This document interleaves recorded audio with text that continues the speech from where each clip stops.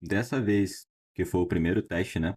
Ela não ficou com o formato de focaccia, parece mais um pão, mas o miolo dela tá surpreendente.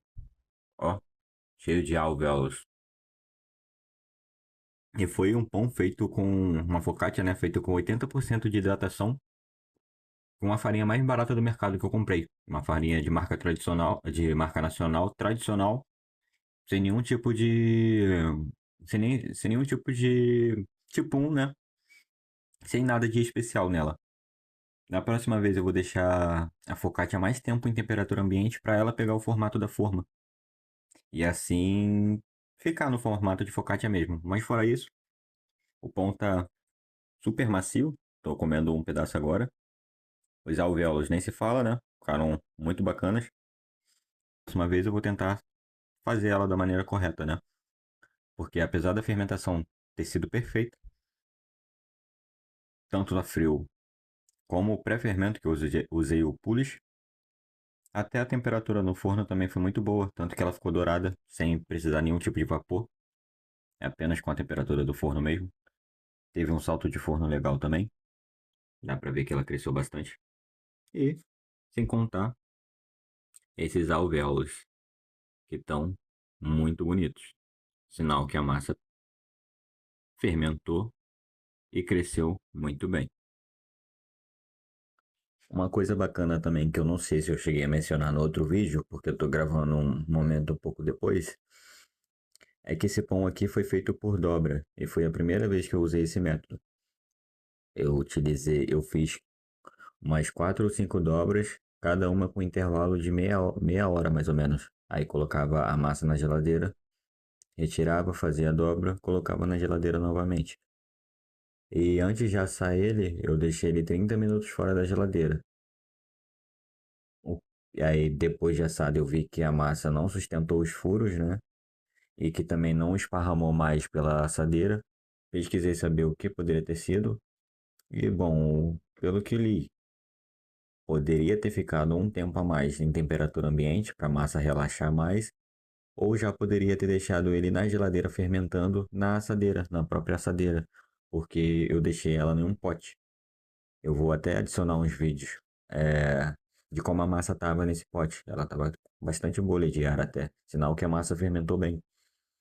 Mas assim, os alvéolos, como eu falei no vídeo anterior, tá bem bacana. A cor do pão tá bem bacana também. O pão tá querendo ou não macio.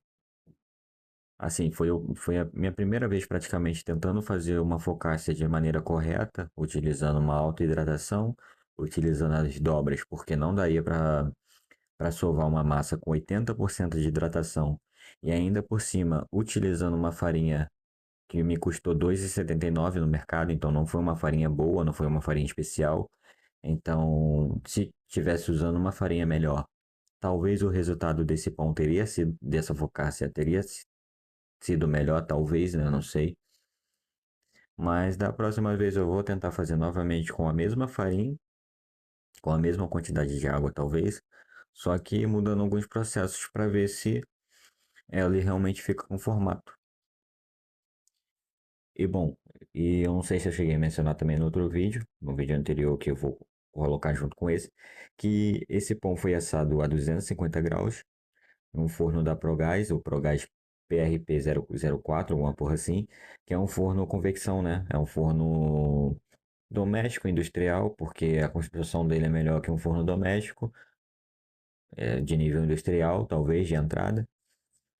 E é um forno turbo, né? Turbo de convecção, não tem como desligar a ventoinha dele. E o resultado ficou bem bacana. Eu assei na temperatura máxima do forno, que é essa que chega. Não coloquei vapor nem nada, foi somente o pão regado com azeite, esses alecrins aqui, e 20 a 30 minutos lá no forno. Mas é isso. Infelizmente eu não gravei o processo da anterior, né? É, fazendo as dobras na massa, misturando as coisas. Mas já adianto que foi usado o pulis, que eu não sei se eu mencionei no vídeo anterior. Foi utilizado também feito a autólise e as dobras.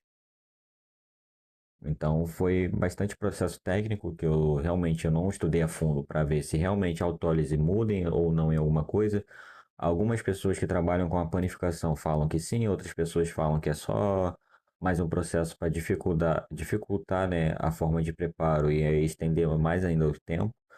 Mas aqui parece ter dado certo, porque foi a primeira vez que eu faço focaccia, mas eu já fiz outras massas. Tentei fazer outras massas com uma quantidade de hidratação maior. E nas outras eu tentei sovar, tentei bater na batedeira e não deram certo. Aqui foi só dobra, autólise, tempo de geladeira. Só que é uma ideia que eu acho um pouco complicada ainda, porque não entra muito na minha cabeça você demorar 2 horas e meia, 3 horas para deixar uma massa pronta. Mas pelo menos o resultado não decepcionou. Então, nessa ocasião aqui, valeu a pena sim esperar essas 2, 3 horas aí para sair uma massa bem melhor do que todas que eu fiz até hoje, basicamente.